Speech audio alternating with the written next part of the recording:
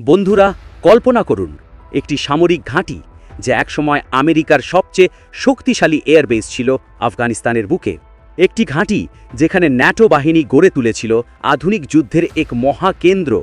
একটি ঘাঁটি যেটিকে ঘিরে আজও বিশ্বের দুই মহাশক্তি আমেরিকা এবং চীন এর মধ্যে চলছে নীরব সংঘাত। আমি কথা বলছি বাগরাম এয়ারবেস নিয়ে। কিন্তু প্রশ্ন হলো, কেন হঠাৎ আবার ডোনাল্ড ট্রাম্প চান এই ঘাঁটিকে পুনরুদ্ধার করতে? কেন তিনি প্রকাশ্যে বললেন যে আমেরিকা আবারও আফগানিস্তানে ফিরবে? কেন এই একটা ঘাঁটি চীনের হৃদয়ে আতঙ্ক জাগাচ্ছে? আর তালিবান কেন হুঁশিয়ারি দিল যে তারা আরও ২০ বছর যুদ্ধ করতেও প্রস্তুত? বন্ধুরা, আজকের ভিডিওতে আমরা এমন সব তথ্য জানব যা হয়তো আপনারা অন্য কোথাও এতটা বিস্তারিত শোনেননি। চলুন শুরু করি বাগরাম এয়ারবেসের সেই রহস্যময় ইতিহাস, কৌশলগত গুরুত্ব আর বর্তমান রাজনৈতিক নাটকের গভীরে প্রবেশ করে। প্রথমেই জেনে নিই বাগরাম এয়ারবেসের জন্ম ও ইতিহাস কি। বাগরাম এয়ারবেস আফগানিস্তানের রাজধানী কাবুল থেকে মাত্র ৪০ কিমি দূরে অবস্থিত। প্রথমে এটি তৈরি হয়েছিল সোভিয়েত ইউনিয়নের সময়। ১৯৭৯ সালে যখন সোভিয়েত বাহিনী আফগানিস্তানে প্রবেশ করে, তখনই এই এয়ারবেস ছিল তাদের অন্যতম প্রধান ঘাঁটি। কিন্তু সোভিয়েতরা চলে যাওয়ার পর এটি পরিত্যক্ত হয়ে পড়ে। ২০০১ সালের ৯/১১ হামলার পর যখন আমেরিকা আফগানিস্তানে প্রবেশ করে, তখন এই ঘাঁটি আবার নতুন জীবন পায়। ২ দশক ধরে ২০০১ থেকে ২০২১ পর্যন্ত আমেরিকার সমস্ত সামরিক অভিযান, গোয়েন্দা তৎপরতা, বিমান হামলা সবকিছুর মূল কেন্দ্র ছিল এই বাগরাম এয়ারবেস। এখানে ছিল ২টি বিশাল রানওয়ে, আধুনিক কমান্ড সেন্টার, গোয়েন্দা ও নজরদারির ব্যবস্থা, কয়েক হাজার সৈন্য রাখার ক্ষমতা, এমনকি একটি অত্যাধুনিক সামরিক হাসপাতাল ও আটক কেন্দ্র। তাহলে এখন প্রশ্ন হচ্ছে, কেন এত বিলিয়ন ডলার খরচ করে গড়া এই ঘাঁটি হঠাৎ ২০২১ সালে আমেরিকা ফেলে রেখে চলে গেল? উত্তর খুব সহজ।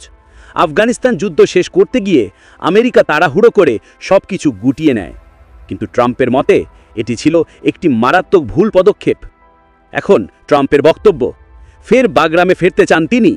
ডোনাল্ড ট্রাম্প সম্প্রতি যুক্তরাজ্যে এক বড় সমাবেশে ঘোষণা করেন যে আমরা আফগানিস্তান থেকে বেরিয়ে এসে সবচেয়ে বড় ভুল করেছি। বাগরাম এয়ারবেস আমাদের রাখা উচিত ছিল, এখন সেটি পুনরুদ্ধার করতেই হবে। কিন্তু কেন? ট্রাম্প বললেন, কারণ বাগরাম এমন একটা জায়গায় অবস্থিত যেখান থেকে সরাসরি চীনের পারমাণবিক অস্ত্র পরীক্ষার কেন্দ্র লোপনুরে নজরদারি চালানো যায়। আফগানিস্তান, মধ্য এশিয়া, দক্ষিণ এশিয়া, এমনকি মধ্যপ্রাচ্যের গুরুত্বপূর্ণ প্রবেশদ্বারগুলো এখান থেকেই নিয়ন্ত্রণ করা সম্ভব। অর্থাৎ এই ঘাঁটিটি শুধু আফগানিস্তান নয়, পুরো এশিয়ার জন্য আমেরিকার একটি কৌশলগত শক্তি হতে পারত। এখন ভাবুন, যখন ট্রাম্প এমন বক্তব্য দিচ্ছেন, তখন চীন নিশ্চয়ই অস্থির হয়ে উঠেছে। কিন্তু তালিবান ২০ বছরের যুদ্ধের হুঁশিয়ারি দিচ্ছে আমেরিকাকে। তালিবানের বিদেশমন্ত্রী এক বিবৃতিতে স্পষ্ট জানিয়ে দিয়েছেন, আমরা ১ ইঞ্চি জমিও আমেরিকাকে দেব না। প্রয়োজনে আমরা আরও ২০ বছর যুদ্ধ করব, কিন্তু বাগরাম ফিরিয়ে দেব না। তালিবানের এই অবস্থান নতুন নয়, কারণ তাদের কাছে বাগরাম শুধু একটি ঘাঁটি নয়, বরং আমেরিকার ২০ বছরের দখলদারির প্রতীক। এখন প্রশ্ন হচ্ছে, যুদ্ধ নাকি চুক্তি? কোন পথে এগোবে আমেরিকা? আরও একটি প্রশ্ন আছে, আমেরিকা কিভাবে এই ঘাঁটি পেতে পারে? ২টি পথ আছে, সরাসরি সামরিক হামলা করে ঘাঁটিটি দখল করা, অথবা তালিবানের সাথে চুক্তি করা। ট্রাম্পের মতে যদি শুধু বাগরাম এয়ারবেস পুনরুদ্ধার করার লক্ষ্য থাকে, তবে এটি সম্ভব, কারণ মার্কিন বাহিনী বিমান শক্তি, গোয়েন্দা তথ্য আর পাকিস্তানের দিক থেকে সাপ্লাই লাইন ব্যবহার করে সহজেই তালিবান জঙ্গিদের ঘাঁটি থেকে সরিয়ে দিতে পারেন। কিন্তু যুদ্ধের খরচ, জনমত এবং দীর্ঘস্থায়ী সংঘাতের ভয় রয়েছে। অন্যদিকে যদি চুক্তির পথে যায় আমেরিকা, তাহলে তারা তালিবানকে কয়েকটি লোভনীয় প্রস্তাব দিতে পারে। $৭ বিলিয়ন ফ্রিজ হওয়া আফগান সম্পদ মুক্ত করা, যা আমেরিকান ব্যাংকে পড়ে আছে, তালিবান সরকারকে আন্তর্জাতিক স্বীকৃতি দেওয়া, যা এখনও পর্যন্ত তালিবান পায়নি, তাই আমরা কোনো আন্তর্জাতিক বৈঠকেও তালিবানের নাম দেখতে পাই না। তাই আমেরিকা যদি স্বীকৃতি দেয়, তাহলে বাকি দেশগুলিও স্বীকৃতি দিতে শুরু করে দেবে।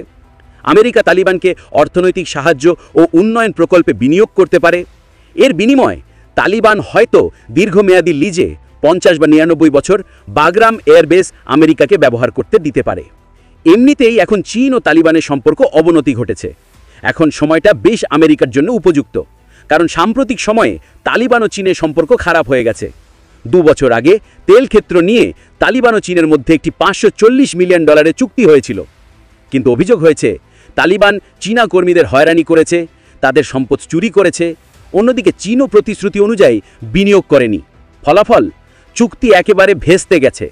এখন তালিবান চীনের ওপর আস্থা হারাচ্ছে। এই সুযোগটাই কাজে লাগাতে চাইছে আমেরিকা। কিন্তু ভারতের জন্য এর মানে কি? এবার আসি আমাদের ভারতের কথায়।